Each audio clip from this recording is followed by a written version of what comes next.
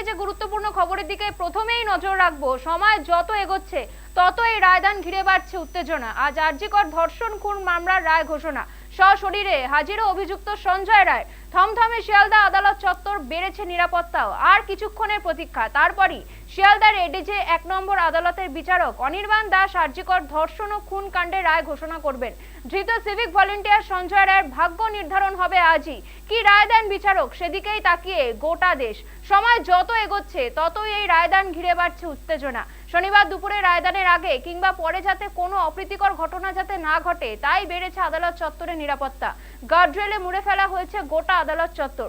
200 constable, 3 জন DC পদমর্যাদার আধিকারিক মোতায়েন করা হয়েছে। সঞ্জয়কে যে পথে প্রেসিডেন্সি সংশোধনাগার থেকে আদালতে আনা হবে, ওই রাস্তায় নিরাপত্তাতেও বিশেষ নজর দেওয়া হয়েছে।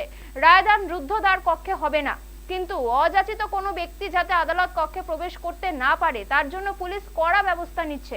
এদিকে এই দিনই শিয়ালদা আদালতে বিক্ষোভ দেখানোর কথা জুনিয়র ডক্টর ফ্রন্টে। শনিবার জুনিয়র ডক্টর ফ্রন্টের তরফ থেকে দেবাশিস হালদার জানিয়েছেন, শনিবার আরজিকর কাণ্ডের শাস্তি ঘোষণা হতে পারে। সেটা মাথায় রেখে দুপুর 2টো থেকে শিয়ালদা কোর্টে একটা প্রতিবাদী জমায়েত করা হবে। একদিকে আরজিকর কাণ্ডের শাস্তির দাবি, অন্যদিকে শাস্তি ঘোষণার দিন প্রতিবাদী জমায়েত। জুনিয়র ডক্টর ফ্রন্টের আন্দোলনের রূপরেখা নিয়ে ধন্দে নাগরিক সমাজ। গত বছরের 9ই আগস্ট আরজিকরের 4 তলায় সেমিনার রুম থেকে উদ্ধার হয় নির্যাতিতা তরুণী চিকিৎসকের দেহ।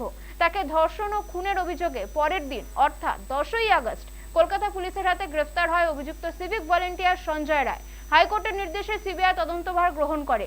7 দিনের মধ্যেই গত 9ই জানুয়ারি শেষ হয় একমাত্র অভিযুক্ত সঞ্জয় রায়ের বিরুদ্ধে বিচার পর্ব। সেদিনই শিয়ালদা এডিজে 1 নম্বর আদালতের বিচারক অনির্বাণ দাস ঘোষণা করেন 18ই জানুয়ারি মামলার রায়দান করবেন। আইনজীবীদের মতে, যেহেতু এই মামলাটি অত্যন্ত গুরুত্বপূর্ণ ও সংবেদনশীল, তাই শনিবার বিচারক ঘোষণা করতে পারেন অভিযুক্ত সঞ্জয় রায় দোষী নাকি নির্দোষ। শনিবার সঞ্জয়কে আদালতে হাজির করা হবে। বিচারক তার অভিযুক্তকে শোনাতে পারেন। অভিযুক্ত একমাত্র দোষী সাব্যস্ত হওয়ার পরই বিচারক অন্য একটি দিন সাজা ঘোষণার জন্য নির্ধারিত করতে পারেন। সেই ক্ষেত্রে পরের সপ্তাহে অভিযুক্তকে তার সাজা শোনাতে পারেন বিচারক।